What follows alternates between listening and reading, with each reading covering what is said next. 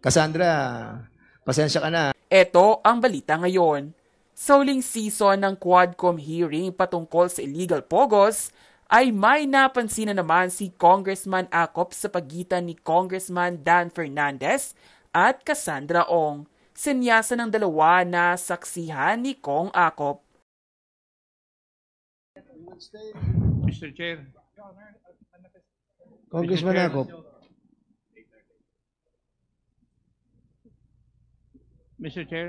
Yes, Congressman Acop. Before the Sergeant at Arms takes over the person of Mr. Yang, kasi meron po akong concern dito sa mga nahuli sa kanya nung siya, o nakita sa kanya nung nahuli siya Kasi this pertains to firearms licenses and license to carry firearms outside. Totoo ba na may mga licenses na nakuha sa kanya to possess firearms and to carry them outside? Yes, Your Honor. He had a LTOP and a permit to carry IDs when we arrested him. For how many firearms? Upon checking with the Firearms and Explosives Office, only for one, Mr. Chair. Yung lisensya na? Yes, sir. No. I wasn't able to check the type, but the firearm registration is good for one. We were able to validate that with FEO. There is only one name, one firearm to his name, Mr. Chair. Mr. Chair, since this is the last meeting of, or last hearing of the Quadcom for this season, siguro ito tatanungin ko na dun sa Philippine National Police after or in the next hearing, whether it is during our break or after our break. The other issue that I would like to start, Mr. Chair, is that I think Commissioner Morentes here.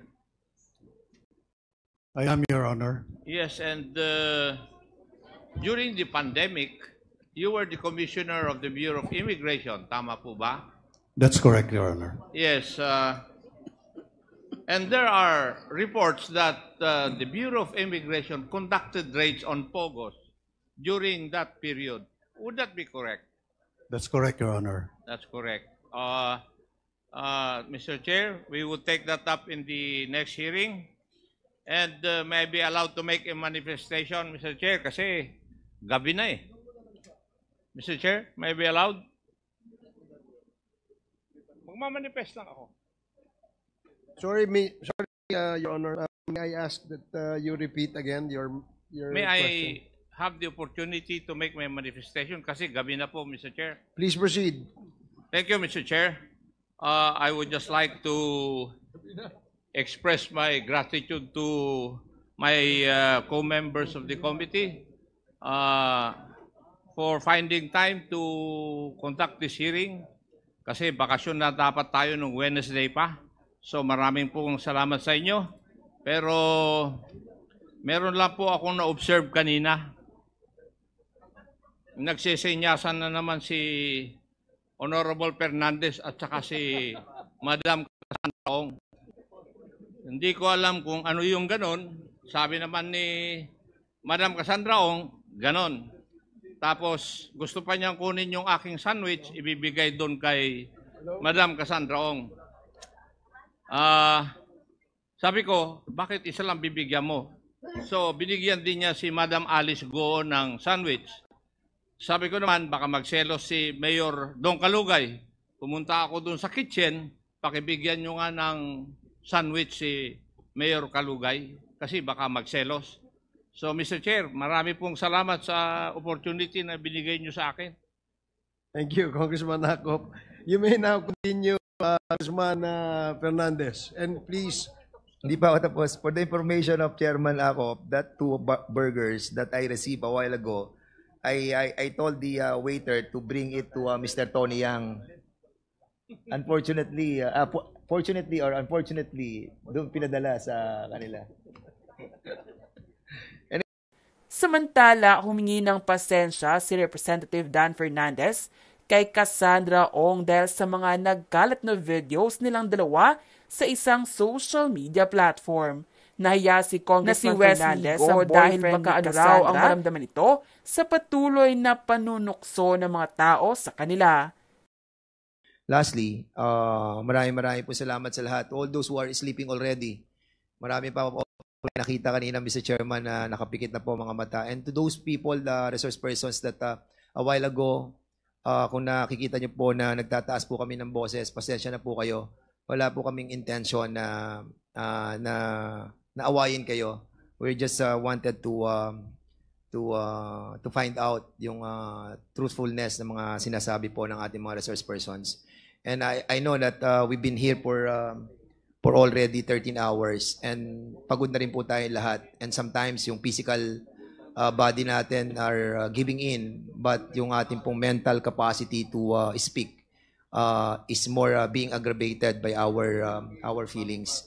So maraming po salamat sa inyo at I hope that we will be seeing each other again. Si Mr. Tony Yang nakapikit na, antok na, kawawa naman. Antok na po kayo. Yeah. So yun lamang po at Cassandra, pasensya ka na kung nagagamit tayo sa TikTok. Alam mo naman mga TikTokers ngayon, no? And medyo nakakahiya kay ano pangalan na? Bakit si si Walden? Cassandra? Kanina si Caro lang sinasabihan mo. Sasabihan ko rin si ano yan, si Ronaldin Baterna. Ronaldin, dati nasigawan kita, no? Pasensya ka na. Pero at least nung nasigawan kita, 'di ba umamin ka naman, 'di ba? And you were able to give us so many information. Maraming salamat sa iyo kahit nabobolja ka ni Congressman Abante, no? And also to Alice Guo. I hope the truth will come out, no? I hope that if yung Father who created us all, no? Kung talaga nakita niya puso mo na malinis, then He will set you free. Pero kung makita niya na talagang you lied, ano, in front of Him, then you will take the repercussion and the consequences. So, pasensya na po kayo. Yung apat na yun lamang po ang sasabihan ko, all others, hindi na po. Maraming salamat, Mr. Chairman, at magandang gabi po sa ating lahat. Salamat ng marami, Congressman Fernandez. Yes, Congressman Paduano. Mr. Chairman, before we suspend, Mr. Chairman, we would like to greet Attorney Xie, inabutan ng birthday dito, COMSEC of the Committee on Good Government. Approach tumayo ka para mag-wave ka naman. Birthday mo ngayon. Happy birthday, Attorney Xie. And lastly, Mr. Chairman, there is a request from the PAOK, the contempt order and the second motion for the detention of Tony Yang for the city jail will be amended. And I have already asked Chairman Abante that instead of city jail, Tony Lim will be detained in the premises of the PAOK TF. Thank you, Mr. Chair, Honorable Chairperson. Do you agree, Chairman Benny? I agree. Thank you, Mr. Chairman. Okay, thank you, Congressman Paduano. And finally, maraming salamat po sa lahat ng ating mga resource persons. Doon po sa hindi nakapagsalita, salamat sa papanood. Doon sa mga next hearing ng Quadcom, you will still be invited. And thank you again to everybody. Good morning. Session or hearing is suspended. Sa huling bahagi ng hearing ay isa-isang kinausap ni Congressman Dan Fernandez ang mga sangkot sa illegal pogos. Dito ay maraming nagkomento tungkol sa tunay na ugali ni Congressman Fernandez. Ayon sa ilan, stricto di umano si Congressman Fernandez, pero sa totoong buhay mabait raw ito. Ayon naman sa isang netizen na ang pa-special treatment di umano ni Congressman Dan Fernandez kay Cassandra Ong ay isang strategy. This is a serious matter, Congressman. Or maybe that is his strategy to get Cassie's willingness, showing kindness to tell something big.